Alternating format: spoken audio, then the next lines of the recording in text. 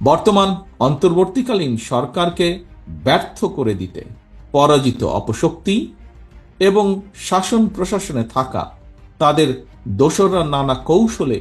সক্রিয় হয়ে উঠছে এবং এই কারণেই প্রতিটি রাজনৈতিক দলের ভিন্ন ভিন্ন দলীয় কর্মসূচি থাকলেও একটি বিষয়ে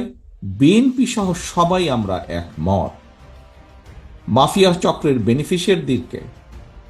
রাষ্ট্র ও সরকারের গুরুত্বপূর্ণ জায়গায় রেখে অন্তর্বর্তীকালীন সরকারের পক্ষে অভীষ্ট লক্ষ্যে পৌঁছানো সহজ নয় এবং এ কারণেই যারা সরকারে রয়েছেন এবং গণতন্ত্রের পক্ষের শক্তি আমরা যারা এই সরকারের সমর্থনে রয়েছি, আমাদের প্রত্যেকটি কাজ যথাযথ অগ্রাধিকার ভিত্তিক এবং সুবিবেচনা প্রসূত হওয়া অত্যন্ত জরুরি, যাতে পরাজিত অপশক্তি কোনো সুযোগ নিতে না পারে। বিএনপি মনে করে কোনোভাবেই অন্তর্বর্তীকালীন সরকারকে ব্যর্থ হতে দেওয়া যাবে না, কারণ এই সরকারের ব্যর্থতা হবে গণতন্ত্রের পক্ষের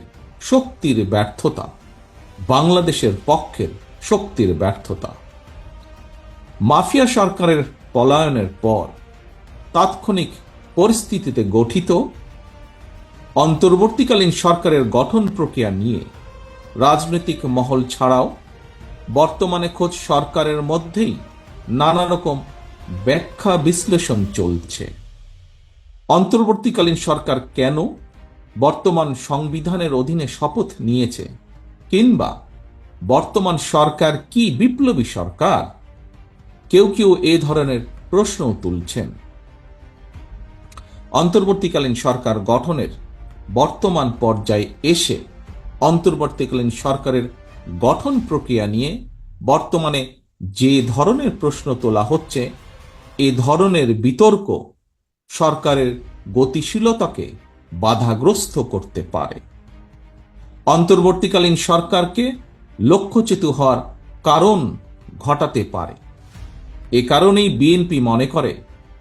রাষ্ট্র পরিচালনার ক্ষেত্রে যে বিষয়গুলো সরাসরি রাষ্ট্রীয় নিরাপত্তা